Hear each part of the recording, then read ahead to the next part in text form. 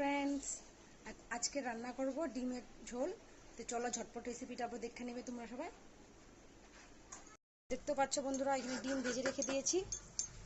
এখানে ডিম ভাজা আছে। আর এখানে কড়াই বসিয়ে দিয়েছি আমি। কড়াইটা গরম হয়ে গেছে। এর মধ্যে দিব আমি আলু।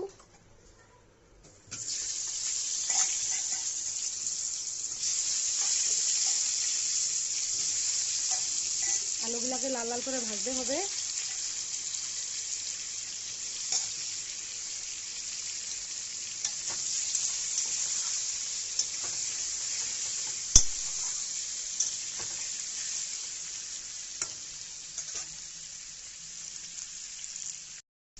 দেখতেই পাচ্ছ বন্ধুরা, আলুগুলা ভাজা হয়ে গেছে লাল লাল করে। এখন এর মধ্যে তেজপাতা আর পেঁয়াজটা দিয়ে দিব। চাইলে তোমরা আগে তেজপাতা সম্বারে দিতে পারবে, আমি ভুলে গিয়েছিলাম, তার জন্য পরে দিচ্ছি। পেঁয়াজটা ভালো করে ভাজা হলে তারপরে যা যা মশলা সব করে রেখেছি সব এক এক করে এর মধ্যে আমি দিয়ে দিব।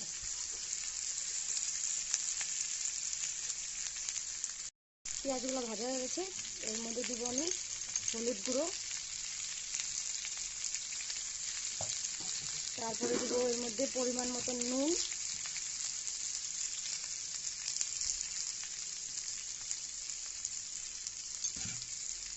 তারপরে দিব আদা রসুন থেতো করে রেখেছিলাম, আদা রসুনগুলো দিয়ে দিব আমি।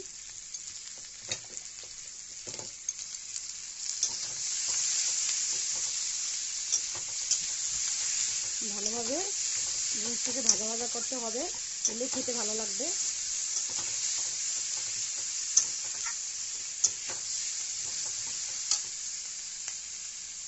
তো এখানে পেঁয়াজ, আলু সব আদা রসুনের যা যা দিয়েছিলাম সব ভাজা ভাজা হয়ে গেছে। এর মধ্যে দিব আমি এখন মশলা যে বেটে রেখেছিলাম,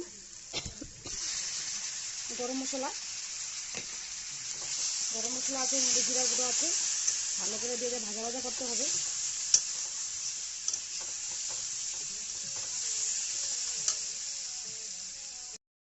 মশলাগুলো ভালো করে ভাজা হয়ে গেছে। এর মধ্যে দিব এখন জল।